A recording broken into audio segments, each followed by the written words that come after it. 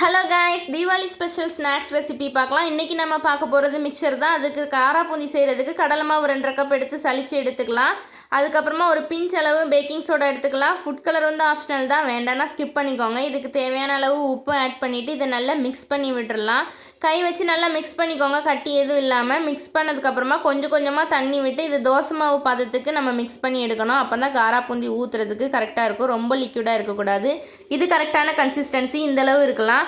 அப்புறமா ஒரு பேனில் ஆயில் விட்டு ஹீட் ஆனதுக்கப்புறம் இந்த மாதிரி ஒரு பெரிய கரண்டி எடுத்துக்கோங்க. இதில் ஹோல் வந்து கொஞ்சம் பெருசாக இருந்தால் ஊற்றுறதுக்கு கரெக்டாக வரும். இதில் நம்ம ரெடி பண்ணி வச்சுருக்கிற மாவு எடுத்து ஊற்றி இந்த மாதிரி பொரிச்சு எடுத்துட்டோம்னா நம்மளுக்கு காரா பூந்தி ரெடி ஆயிரும்.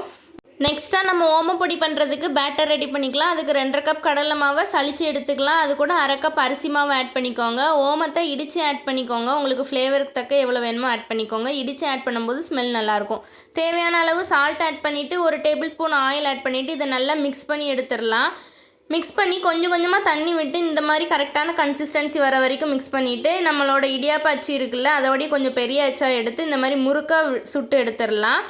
இந்த மாதிரி பபிள்ஸ் அடங்குற வரைக்கும் வெயிட் பண்ணிவிட்டு இதை திருப்பி போட்டு வேக வச்சு எடுத்தோம் அப்படின்னா நம்மளுக்கு ஓமப்பொடி ரெடி ஆயிடுச்சு. இதுக்கப்புறமா நம்ம இது கூட கடலைலாம் ஆட் பண்ணிக்கலாம். கடலையை நல்லா பொரித்து எடுத்துட்டு அதுக்கப்புறமா பொரிகடலை பொரித்து எடுத்துடலாம்.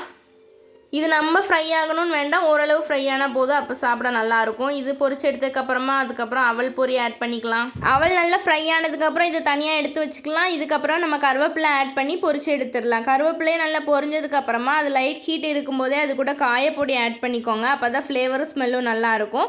இதுக்கப்புறம் நம்ம ரெடி பண்ணி வச்சுருக்கிற காரா பூந்தியும் ஓமப்பொடியும் ஒரு பெரிய பாத்திரத்தில் போட்டு தேவையான அளவு வத்தப்பொடி போட்டு இந்த மாதிரி கொஞ்சம் கொஞ்சமாக மிக்ஸ் பண்ணிக்கோங்க. எல்லா இடமும் ஸ்ப்ரெட் ஆகிற மாதிரி வத்தல் பொடி ஆட் பண்ணிக்கோங்க. இப்படி குலுக்கி நம்ம பண்ணோம்னா எல்லா இடமுமே ஸ்ப்ரெட் ஆயிரும். அதுக்கப்புறம் ரெடி பண்ணி வச்சுருக்கிற எல்லாம் இதில் ஆட் பண்ணிக்கலாம். இதுக்கு தேவையான உப்பு அப்புறமா வத்தல் பொடியெல்லாம் இதுக்கு மேலேயே ஆட் பண்ணிவிட்டு நல்லா மிக்ஸ் பண்ணிக்கலாம். மிக்சர் இல்லையா, அதனால் நல்லா மிக்ஸ் பண்ணிக்கோங்க. அப்போ தான் இது டேஸ்ட் நல்லாயிருக்கும், எல்லா இடமும் ஸ்ப்ரெட் ஆகி.